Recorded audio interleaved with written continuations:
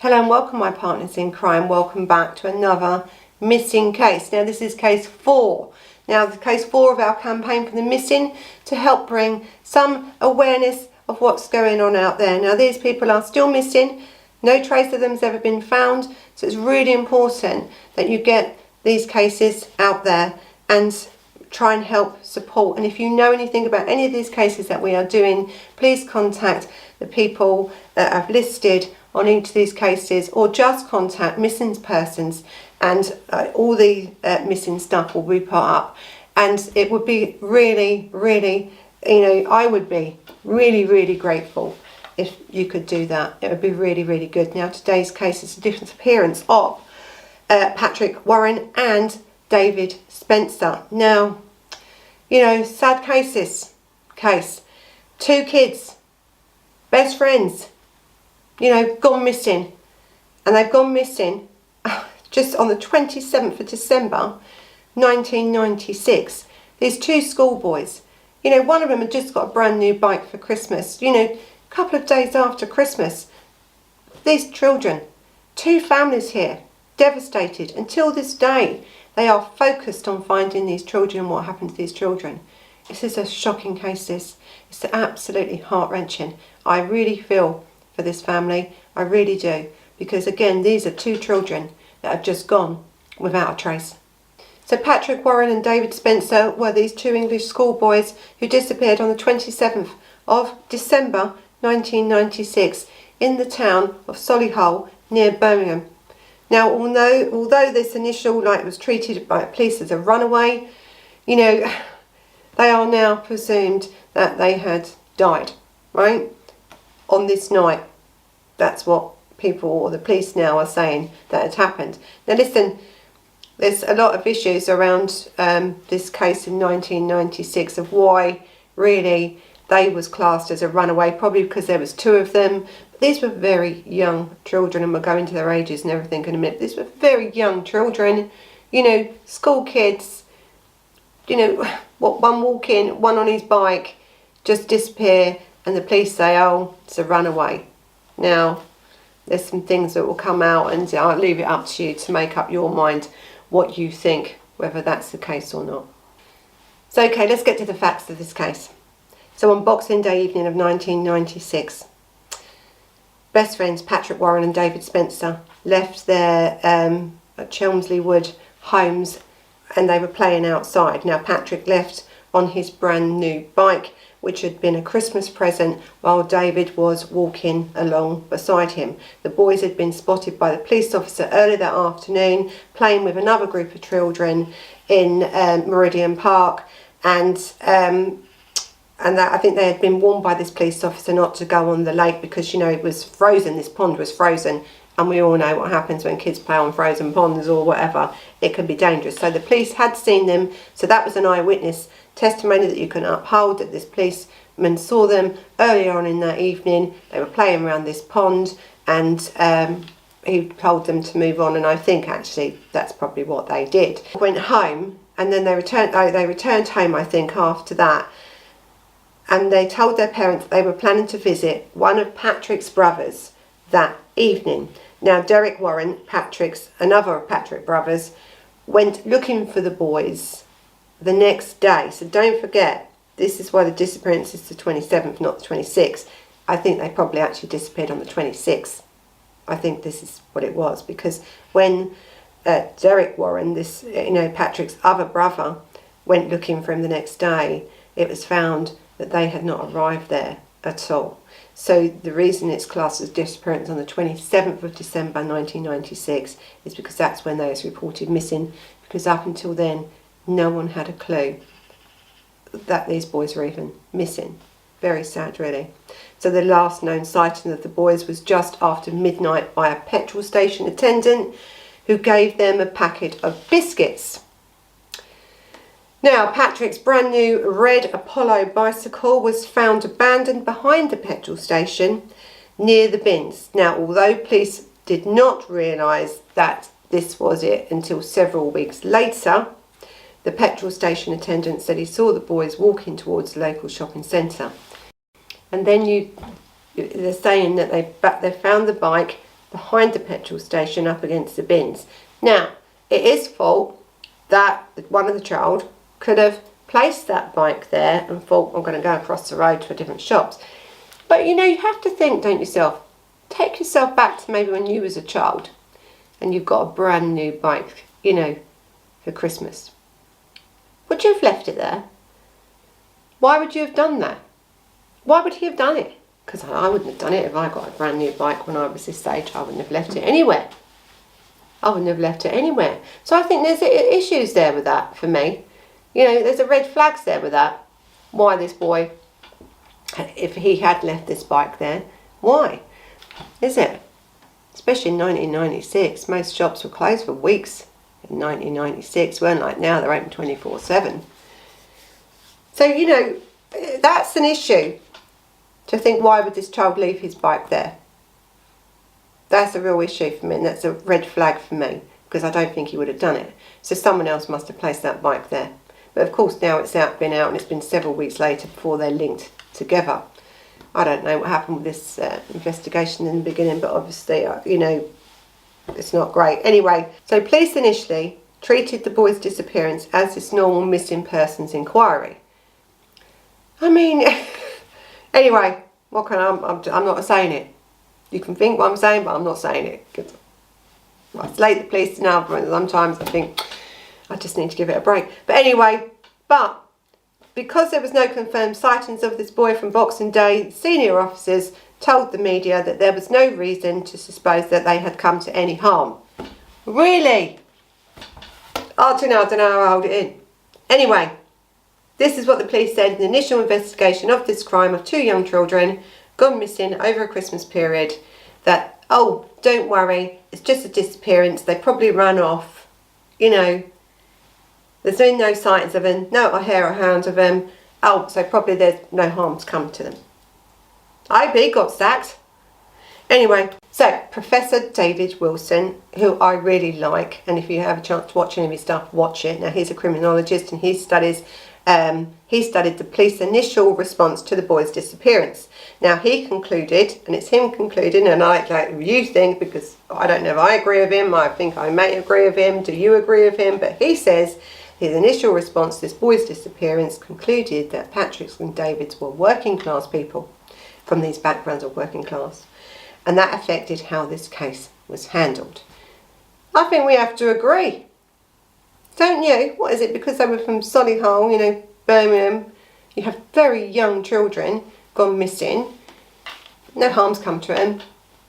They've just run away. Why? Because they're from working class? Come on. Come on. Anyway, I'll leave it down to you. Let me know what you think. But really, you know, I think I like Professor David Wilson anyway, and he's quite straight out. He's a little bit like myself. He says it as it is. And I think in this case, this has to be said, to tell you the truth. It has to be said. Because really, you know, when we have a child that goes missing, then first 24 hours, really the first 2 hours, the first hour, the first couple of hours is really important. But when you have the police that then lags and they come out with this, no worries, don't worry, it's just they've run away, they're runaways. You know, you're really hindering that case, and that case then is, you know, as time goes on, it's even more difficult then to get a real conclusion to this case, or in this case, maybe finding these kids' bodies. So listen, David continues to say, as if the boys had been from a middle-class Solihull background and when they went missing, this case would have been treated initially very different. I agree, really. And it's about, you know, this word, you know, that we can never allow to use, he says, this class word, you know, the lower class, the working class, the middle class, you know, it's bullshit really when it comes to children that's gone missing, isn't it? Does it matter where they come from, what upbringing they've got, what areas they live in? Does it matter? Should it matter? No, of course it shouldn't. Anyway, I'm glad he brought it up in this case. He's done a lot of work actually in this case. I'm glad he's brought it up because it has to be said, because I think it has really hindered this case. You know, and these police are trying to make up for it. Of course they are. But, you know, there was failings here from this police very, very early on. You know, these boys were vulnerable kids. right? They were out in the street. Okay, they lied to their parents, or did they? Was they going to go to the brothers but thought we'd have a little bit of fun first? Your kids, we've all done it. We've all done it. But would a child, though, when there's nothing else really open, leave the bike behind the service station? Would they? No, they wouldn't. So there's issues here with this case right from day one. And then the police not finding that bike initially for weeks after. It's a real issue in this case. It's hindered this case to where now we are still looking for any information on these children to this day. Yeah, I'm not even going to let the press off here on this one. You know, you've got 2 young kids missing from this area. The only press that done anything about it was the local press. That was it. There was no national press media out there looking for these 2 young kids. Why? Why wasn't there? It's bloody shocking. It's terrible, really. This case, if it had been highlighted, if it had been pushed as it should have been pushed, we would have found something I'm sure we would have. People would have come forward here. Someone may have had, and I've always said it, someone always knows something, don't they? And it may be so insignificant that at that point in that time, they didn't think that it was relevant information. If the press had been out there in force, encouraging people to come forward, you know, doing reconstructions of where they were and what they looked like and stuff, something or someone may have come forward. So there were big failings here, really, across the board. Really, I believe there was. Now, I think, you know, David calls it, you know, this missing white girl syndrome. But anyway, you know, I just call it bloody unforgivable. Unforgivable, really is, from all areas of this. Anyway, however, these boys' faces were the first among these milk carton kids, what they called the milk carton kids. And this was, I think, done by Iceland. They done it. Now, this was really a breakthrough campaign, really. But again, it was launched in 1997, so it was a year later. And it was April 1997. They went missing in December, so say 6 months sort of time. And it, you know, I thought this was a great idea, this milk carton pictures on the kids, you know, can you help? Because in them days, everyone either had a milkman or, you know, they was going to the shop. Now we have so many different types of milk, and God, you go in a shop. And also these days we have social media, which gets out to a lot more people. But these were one of the first real kids to be used as in that form of promotion of the missing, really was used on these milk cartons. And that was launched actually by the National Missing Persons Helpline in April 1997. So thank God someone tried something to find these missing kids and others. Now in this area, just after these children went missing, just days after they disappeared, this 17-year-old Nicole Dixon was found raped and murdered in a graveyard about 8 miles away from Sutton Coldfield. Her killer, though, was caught and he was found and convicted, and police say these resources in the media between New Year's Day and Christmas of 1996 was dominated by the Dixon case. At the same time as this going on, and the news, all the national news was dominated by that. And I always say that if, you know, if this press are going to do these stories, try and make it fair, even out. I know there's a lot of missing and stuff goes on, but you know, when you have the police saying, well, it was just, you know, runaways, the press are not interested. If the police had come out straight away and said, these people, these kids have disappeared under, you know, suspicious circumstances, publicised it that way rather than just a runaway and they're not going to come to any harm. I think the press may have been different in this, but that was what was going on at that time as well there. Now, we had on the 10th anniversary actually of their disappearance, the boys, this BBC Crime Watch came out, this special appeal for information, and it didn't really, I think, get any new leads at all, because, as I said, it was quite late at night. There wasn't a lot going on here. You had a few eyewitnesses, didn't you, saying, you know, this, that and the other, but nothing really significant. In 2003, the West Midlands Police publicly announced that they had arrested a 37-year-old man in connection with the disappearance. He was later released on bail and again has never been charged with anything. That was another failing there, but at least they was trying.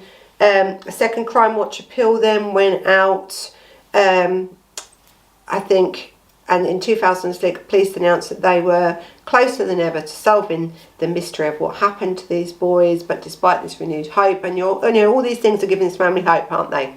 Right? They think, okay, you've arrested someone, no, that ain't work, nothing to do with him. Now in 2006 you've got renewed hope. Again, nothing come from it. Nothing come from it. I'm not saying the police ain't working on it, but when you have children going missing in 1996, no CCTV, no nothing, very little evidence around because of the time of night that they went missing, there's not a sign of them. All what's left of this, 2 boys, is this bike that wasn't found for weeks. So there isn't a lot to go on, all right? So they'd be starting fresh every time they look into something. These cases then have got to come through. Every bit of information again has got to come through. And even though they've had all these appeals from Crime Watch and everything else, no new leads.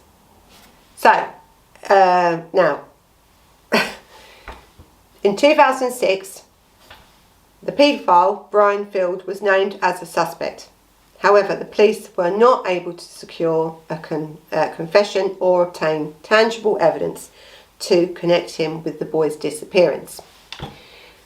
And as I always say in all these cases, without the evidence, listen, these paedophiles, these killers are not going to come out and tell you anything. I think this Brian Lunfield, he was a prime suspect in many cases. Actually, he was convicted of one. So anyway, this paedophile and the serial offender against young boys, this Brian Lunfield, became the prime suspect in this case after the conviction of 2001, the abduction of this 14-year-old schoolboy. Now, he was then in his car and then he murdered him after offering him a lift.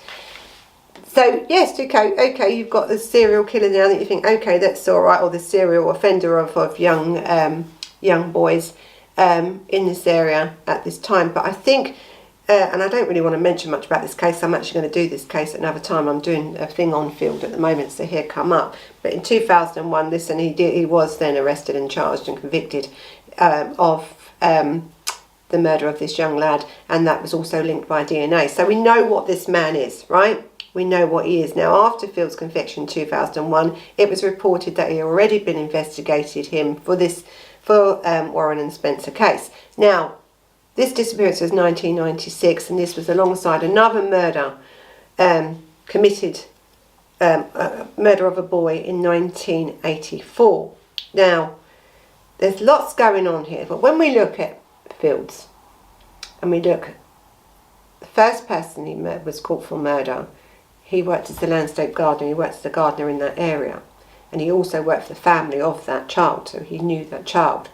At the time of these boys' disappearance, he was working, right, so one of the little lads' homes, at the time in Solihull. So these boys may have known him in passing, chatting. Now, this Field says it himself, he was,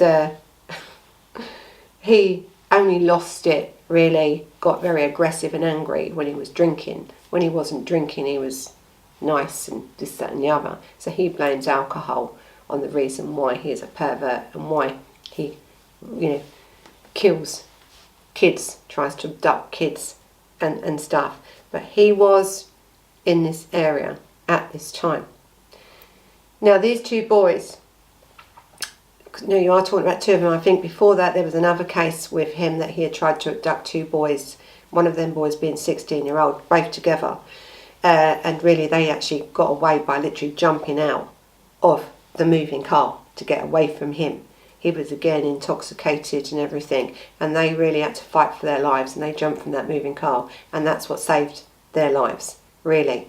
So do we think that Fields may have done this case? Absolutely. He would have probably, without a doubt, have done this case. But there's no evidence. Now, because both these kids would have seen him in this area doing the gardening, he was a nice man, chatty, their guard would have been down, and he could have seen them that night and said, oh, leave your bike there, lads, you know, he's a bit of a drinker. They may have thought, oh, you know, and we've had a lot, haven't we, of killers, you know, enticing people into their car to have a little bit of a drink and this, that and the other. The minute them boys would have got in that car, it would have been difficult for these boys to have got out of that car. Very difficult. This man was a very violent man when he was drunk, and he would have been drunk. These boys would not have stood a chance, even though there was 2 of them. And he'd already lost 2 boys that jumped out of the car previously. That would not have happened again with this man. There was no way now that these kids were going to jump out of a moving car with him. So if he had taken these children, 1, he would have got rid of their bodies, and that's probably why they can't find them. Now, the police had searched lots of different places for these kids. They've done a lot of stuff now for these kids to try and find what's happened to them. But up until today, there has been no sighting of these 2 boys, these 2 best friends that left their home on the 26th of December, reported missing on the 27th of December 1996. To this day, there is nothing. So if you have any information on any of the cases, especially on this case, to help this family, because this family is still searching for something, just even the bodies. These kids need to be brought home, even if it is to be put to rest. So thank you for joining me. Thank you, for all your support in this missing persons case. I really appreciate everything you do. Thank you to my partners in crime, my patrons, for your support through this. Listen, you can hit the bell button, you can hit the subscribe button, you can hit the like button, you can do all this stuff. Hit the bell button for notifications that are coming out. And the next case coming up will be case 5. If you have any information on this case, please tell someone. I'll leave the information down there. So until the next time, thank you for watching.